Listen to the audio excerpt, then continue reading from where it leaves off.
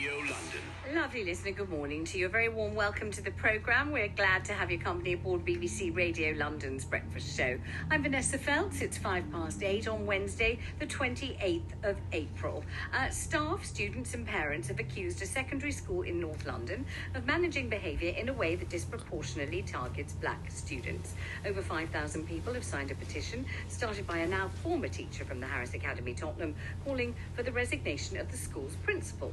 Joshua Duse says the school takes a hardline approach to handling poor behaviour and black pupils are kicked out of lessons too frequently. Black kids are getting kicked out of class too frequently. It's like, what are we doing to help these kids? What are we doing to support them?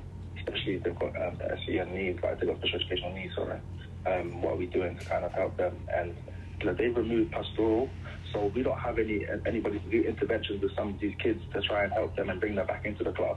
Pastoral is a very big asset to the school, but they've removed that. And obviously pastoral leaders, a lot of the time, they're black Afro-Caribbean members of staff that are able to really connect with the kids, and obviously then there's nobody to do interventions with them, so basically you're just kicking them out for no reason. Well, we've been contacted by the school this morning and they say that Joshua Duse says the pastoral team has been removed. You just heard him say it. The school says actually the pastoral team has been expanded. The Harris Academy also says there have been no managed moves this year at the school. Joshua Duse claimed that there had been on the programme. Mr. Duse goes on to accuse the school of failing to understand the backgrounds and specific needs of black pupils, something he says amounts to racial discrimination. I think it's racial discrimination and an unconscious bias, because I feel like they don't understand the culture of the kids, they don't understand their geographical setting, they don't understand where they've come from, and they don't understand how they maneuver, how they are. And they're not the same as every other student. They've got their own way of doing things, different types of mannerisms, but these are things that need to be channeled and obviously need to be kind of just addressed in a way where you kind of understand the kids. I feel like with a zero tolerance policy, you're not really taking into consideration their background and all these things, and you're treating them just like everybody else, and they're not the same. If we've been put into these separate categories with BAME and white ethnics and stuff like that, that means that we do have different backgrounds, different cultures, all these things, and we have to take that into consideration. So I wonder whether you agree with that. We have had lots of calls this morning, but we'd very much like to hear from you. Do you believe that black pupils have different mannerisms, different ways of behaving, different ways of holding themselves, conducting themselves, interacting with others, that stem from their backgrounds, their upbringing, their ethnicity, the way in which they're raised, that need to be understood and accommodated? They won't be exactly the same as white pupils in the way in which they behave. Or do you think at school everybody has to behave exactly the same? You're not interested in that at all. What is your take on that? 0800 731 2000. Joshua told us this morning he's now been sacked over a disciplinary process which started before the petition was launched. The school have rejected all allegations and say that the petition has resulted in an utterly unjustified and defamatory social media campaign. Now, Dion Ford's son was one of those permanently excluded after it was alleged that he assaulted a teacher, and she joins me on the programme this morning. Dion, good morning. Hello, Dion, are you there on the line? Hi, can you hear me? Yes, I can hear you. Good morning to you. Hi. So tell me what happened with your son. We're not going to use his name on the radio, but he was permanently excluded. Why was that? What did he do, or what was he alleged to have done? He was alleged to assault a member of staff and a pupil and harassing the same pupil. And in your opinion, or from what your son has told you, did he do those things? No. And also from the evidence submitted, there's nothing to suggest there was any harassment that he was involved in. And also that the same pupil said, Cody, my son never touched him. Right, he never got a chance to hit him. Because what happened, the other pupil pushed him, and then he went to throw a punch, and another pupil came from behind and grabbed him. So he didn't actually, he went to, but he didn't actually get to do what was actually said. Right. Now, this incident involved the serious assault of a teacher. So, yeah. So was the teacher actually assaulted? And was it your son who assaulted the teacher? Or if not, what do you say happened? What happened, he was walking up the stairs and the other pupil came up to him and pushed him from behind. And then my son and his friend said, "Oh, calm down. Why are you acting like that?" And then the boy exchanged words with him. And then my son exchanged words back to the boy and was basically mocking the boy. And the boy turned round and pushed past the teacher to get through to my son. Yeah. And in that, he managed to get past the teacher and push my son. And then at that time, that's when my son went to throw a punch, and the teacher jumped in, which there's CCTV footage which doesn't actually show any contact which has been made. Mm-hmm. So how was the teacher injured then, or assaulted, or was the teacher not, as far as you're concerned? Well, that's hard. The video footage is actually, it was alleged at the IRP that the video footage was inconclusive. Right. Which the school's saying that there was no other there's no statements from any teacher that was there that said that my son actually hit the teacher. It was just a case of the teacher saying that. Right, so it just sounds as if a general scrap of some kind was definitely going on at this point. Yeah. Had your son had behavioural issues or disciplinary problems in the school previously? No, it was just low-level disruption, like moving, talking too much in class. And had your son been disciplined for that kind of thing before? For the as you say, low-level behavioural issues? What sort of things? It was just a detention, nothing like serious where he was excluded. Or... So then he was excluded for this incident that we're talking about. Do you think that what happened to him was fair? No, I don't believe it was fair.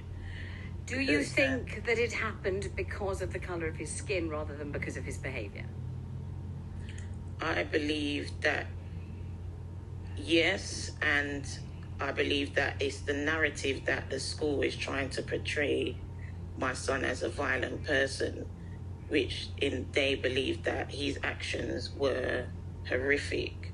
But when we looked at the footage, it didn't demonstrate anything that was horrific. And this was also noted at the IRP that it wasn't a situation where he was outrageous, and he never actually intentionally came into the school there was mitigating circumstances. Right. Now, you've mentioned IRP a couple of times. It means independent review panel, and your son's case, as you say, went to an independent panel for review.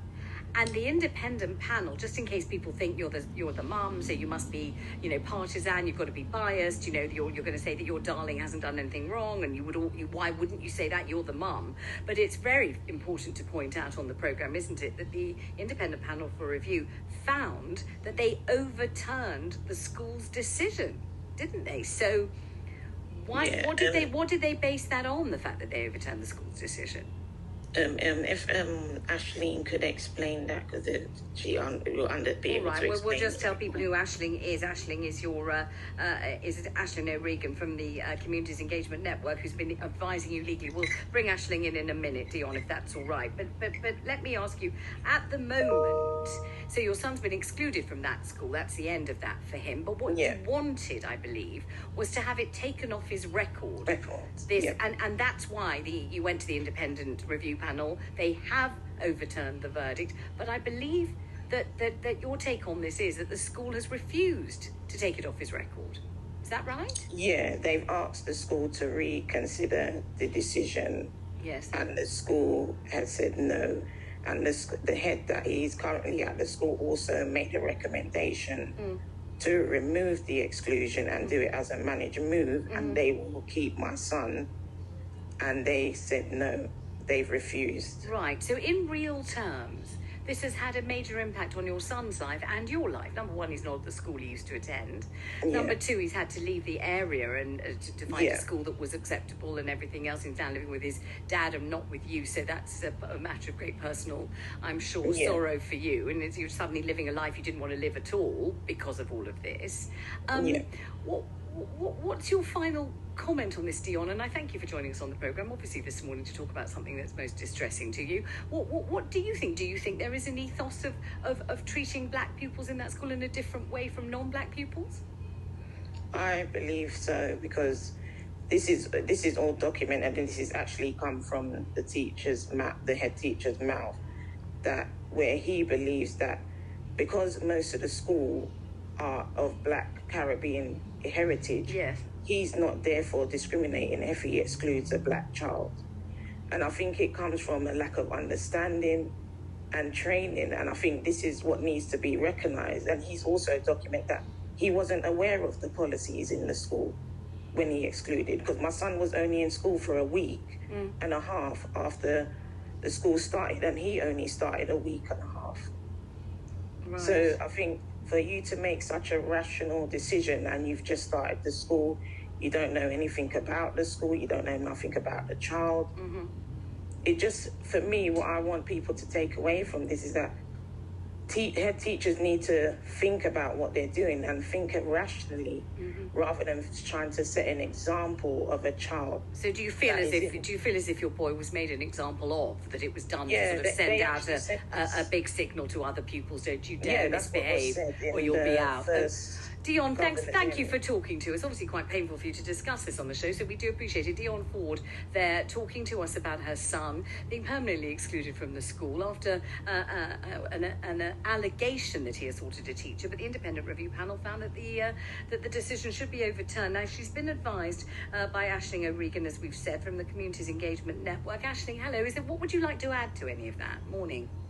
Good morning, Vanessa. Just to say, it's a Community Empowerment Network. I'm only saying that so if people want to contact us after your programme, thank you. They may want to do so. Sorry to correct you. No what I would say, and picking up on a point that came up with Joshua earlier, is, when you were saying parents would want to know that the school were coming down very hard on, behaviour issues, yes. and they would feel comforted by that in some way. But what I would say is I'm most concerned with process, and with process being carried out in a uniform way across the board and in a transparent way, and followed rigorously. And any parent, regardless of whatever might come up, when their children were at school, and it doesn't even have to be a behaviour issue, would want that. And you wanted me to say a little bit more about the IRP and what their findings were. And with this particular case, it was that the investigation into what happened was lacking, and more so that the evidence hadn't been reviewed properly, and that it was there was definitely mitigation circumstances. And that's the issue really as well, because we're not trying to set children up to fail, and we're not saying that children don't do, have questionable actions.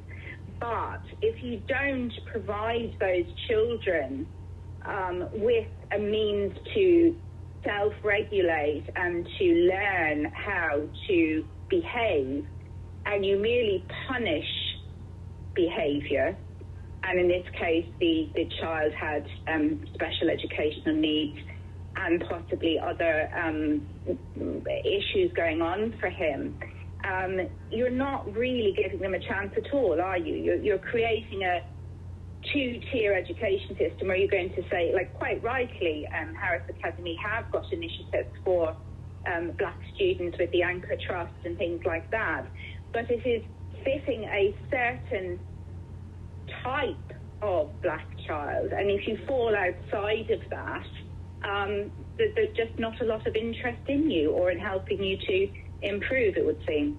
Thank you very much indeed for talking to us, Aisling O'Regan.